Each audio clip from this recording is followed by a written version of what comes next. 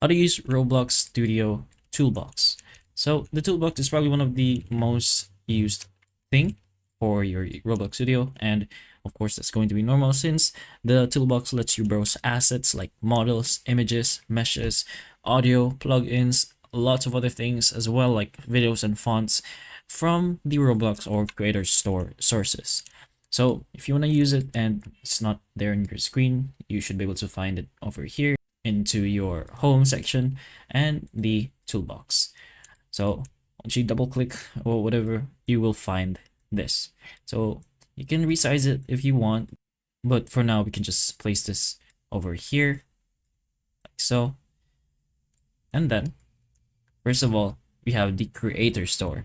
We have lots of plugins you can try, and it's probably impossible to mention all of them since there's probably unlimited, not really unlimited obviously, but if you go ahead here in the search, you can search for what you need. You can use filters if it's available, then you can click an ad set to insert it into your place.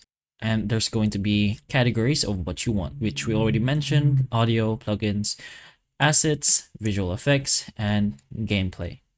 So you just go ahead and choose whatever model you want. In our case, we can put in Maxwell the cat. As you can see over here, we can put them on top of each other and boom, simple. We have Caribou cats, so multiple kitties, and including Maxwell and his friends. So if you'd like, there's lots of other models you can use. Some of them are free, some of them have a price. It pretty much depends on what you get, but let's take a look at more. You have characters, weapons, you have cars even. We're gonna go ahead and give Maxwell a sword, put it on his head like so. And we're gonna give him a 2019 sports car so he can get to work. And finally, we're gonna give his friends, probably his bodyguards, guns.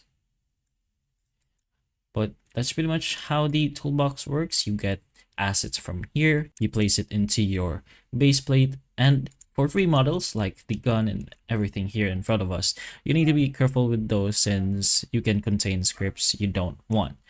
So you can open up the model if you want and check for scripts or the local scripts here on the right section of the Explorer and Properties, and you can delete anything suspicious before publishing.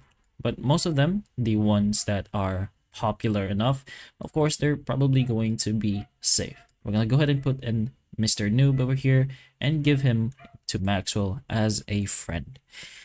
So you can drag or insert your asset into the workplace, which what we've been doing already. You can give them the typical treehouse in every survival Roblox game, and in general, that's what the toolbox is. It's useful for quick building, lots of useful tools you can use like the plugins, but for clean games though, you're gonna have to always inspect the assets first instead of blindly adding random models like what I'm doing, just adding McDonald's and trees. Anyways, hopefully this video helps. If it can, please like and subscribe for more videos like this, and that's all.